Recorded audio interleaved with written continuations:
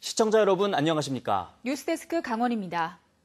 올해 봄철 강릉 영동화력 등 지은 지 오래돼 낡은 석탄화력발전소 가동을 멈췄더니 초미세먼지 농도가 개선됐습니다.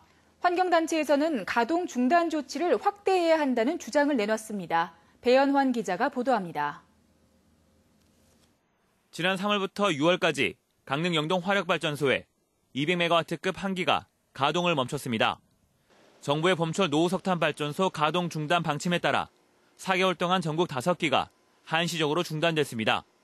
가동 중단에 따른 대기질 영향을 분석한 결과 강원 지역 초미세먼지는 94톤 감소했습니다. 초미세먼지 농도는 2015년과 2016년 같은 기간 평균치보다 13.7% 줄었습니다. 최대 영향 지점인 강릉의 초미세먼지 농도는 하루 최대 4.2%, 시간 최대 10.2% 감소해 효과가 뚜렷했습니다. 환경운동연합은 석탄발전소 가동 중단으로 인한 효과가 확인된 만큼 추가 가동 중단 조치에 나서야 한다고 주장했습니다. 운행 중단 시기를 늘리고 동해화력 등 배출량이 많고 건강 영향이 큰 발전소로 확대해야 한다는 겁니다. 겨울철까지 석탄화력 발전소 가동 중단을 기간을 더 확대하고 25년 이상 된 석탄화력 발전소나 발전량당 배출량이 많은 그런 석탄 발전소를 가동 중단시키거나. 현재 영동 지역에는 동해화력 등 석탄 발전 설비 8기가 가동 중이며 강릉과 삼척에 4기가 추가 건설되고 있습니다. MBC 뉴스 배연환입니다. 지난달 서울의 한 PC방에서 20대 남성이 정신질환자에 의해 참혹하게 목숨을 잃어 충격을 줬습니다. 도내에서도 정신질환자에 의한 범죄가 적지 않은데 예방 대책이 필요하다는 지적입니다. 조규환 기자입니다. 강릉경찰서는 지난 8월 70대 아버지를 때려 숨지게 한 30대 남성을 긴급 체포했습니다. 경찰 조사 결과 이 남성은 오랜 기간 정신질환으로 병원 진료를 받은 것으로 확인됐습니다. 이처럼 조현병 등 정신질환자 범죄는 계속 늘어 지난해에만 전국에서 9,000여 건이 발생했습니다. 도내에서도 매년 300건가량 발생합니다. 문제는 정신질환자의 재범률이 일반 범죄자보다 높다는 겁니다. 일반 범죄자의 재범률은 50%를 밑돌지만 정신질환자는 거의 70%에 이릅니다. 이렇다 보니 이들에 대한 지속적인 모니터링 등 예방 대책이 중요시되고 있습니다.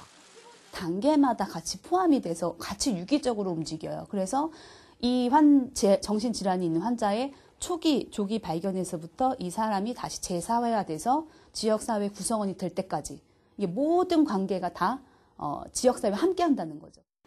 또 정신질환자 범죄에 대응할 전담 인력을 양성하고 범죄 현장 매뉴얼도 구체적으로 마련돼야 할 것으로 보입니다. MBC 뉴스 조규환입니다.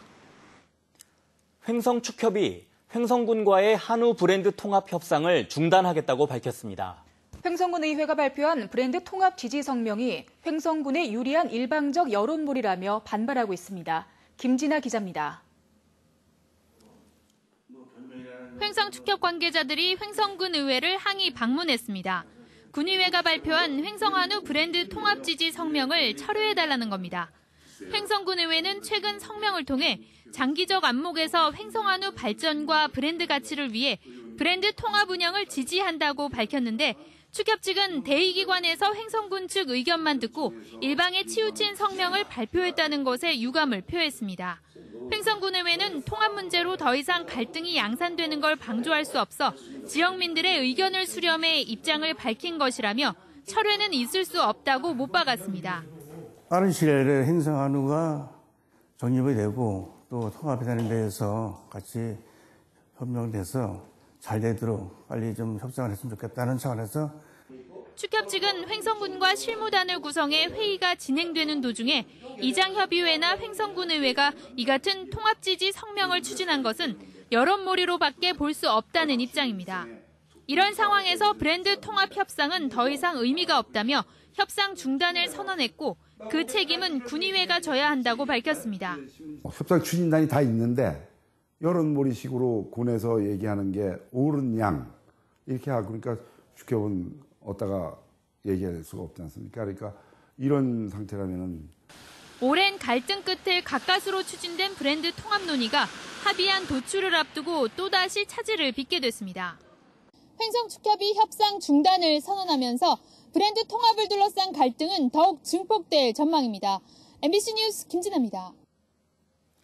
춘천에서 어제 40대 남성이 회식을 마치고 20대 여직원을 자신의 집으로 데려갔습니다. 그런데 어제 새벽 이 여성이 직장 상사의 아파트에서 떨어져 숨진 채 발견돼 경찰이 수사에 나섰습니다. 김상훈 기자의 보도입니다. 남녀가 손을 잡고 아파트 입구 도로를 걸어가더니 여성이 헤어지려는 듯 양손을 흔들며 인사를 합니다. 그러자 남성이 오라는 손짓을 보내고 여성은 다시 남성 쪽으로 걸어갑니다. 여성은 비틀거리다 아파트 입구 현관 쪽으로 걸어가 엘리베이터를 함께 탑니다. 이들은 춘천의 한 직장 동료로 단체 회식을 한 뒤였습니다. 41살 이모 씨와 29살 강모 씨가 함께 들어간 아파트는 직장 상사인 이 씨의 집입니다. 그런데 집에 들어간 지 2시간 반 정도 지났을 무렵 강 씨는 8층에서 떨어져 아파트 화단에서 숨진 채 발견됐습니다. 전해들은 얘기로는 진짜 교대 근무 하시는 분이 출근해서 보니까 경찰차가 와 있더라. 경찰이 CCTV를 근거로 이 씨를 추궁했고 강 씨를 성추행했다고 털어놨습니다. 이 씨는 잠시 화장실에 간 사이 강 씨가 갑자기 사라져 찾아보니 화단에 떨어져 있었다고 진술했습니다. 경찰은 추락사와 성추행의 연관성을 찾기 위해 부검을 의뢰했으며 이 씨에 대해서는 강간치사 혐의로 구속영장을 신청했습니다. MBC 뉴스 김상훈입니다.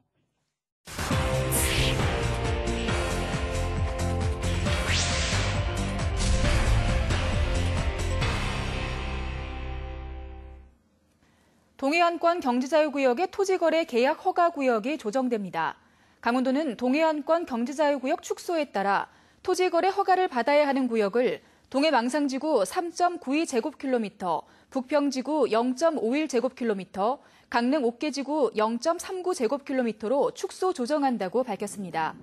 허가구역에서 제외된 지역은 오는 14일부터 자유롭게 토지를 거래할 수 있습니다. 지난 9월부터 양양국제공항에서 전남 무안으로 가던 국내선 항공기가 이달 말 운항을 중단합니다. 양양 무안항로 운항사인 코리아 익스프레스 에어는 탑승률이 20에서 30%에 불과해 당초 연말까지 계획했던 운항 일정을 한 달 앞당겨 중단하기로 했다고 밝혔습니다. 양양 무안항로는 금, 토, 일 주 3회 운항 중이지만 비싼 항공요금과 환승에 따른 불편함 때문에 과거 양양 광주 노선보다도 탑승률이 저조한 것으로 나타났습니다. MBC 강원 영동이 독립영화 제작사와 공동 제작하는 다큐영화 블랙하모니가 도쿄독스 국제 다큐멘터리 피칭 포럼에서 영예의 대상을 차지했습니다. MBC 강원 영동 하현재 프로듀서가 공동 연출하는 다큐영화 블랙하모니는 발달 장애인들로 구성된 클라리넷 앙상블팀이 사회적 편견과 험난한 삶을 음악으로 이겨나가는 과정을 다루고 있습니다. 내년 말 방송될 예정인 다큐영화 블랙하모니는 제작 전부터 BBC 등 미국과 유럽 방송사의 사전 구매 계약을 요청받아 지역 방송의 해외 시장 진출도 기대됩니다. 도쿄독스 국제 다큐멘터리 피칭 포럼은 아시아의 우수 영상 기획을 시상하고 제작을 지원하는 행사입니다. 수도관에서 녹물이 발생해 생활에 불편을 겪었던 강릉시 옥계면이 수도관 세척 시범 사업으로 상수도 수질이 개선됐습니다. 강릉시에 따르면 지난달 31일부터 사흘 동안 옥계면 지역 4.4km의 수도관에 산소를 넣어 세척한 결과 배관에 묻어있던 녹과 이물질이 씻겨나가 탁도가 정수 수질 기준 아래로 회복됐습니다. 뉴스를 마칩니다. 시청해주신 여러분 고맙습니다.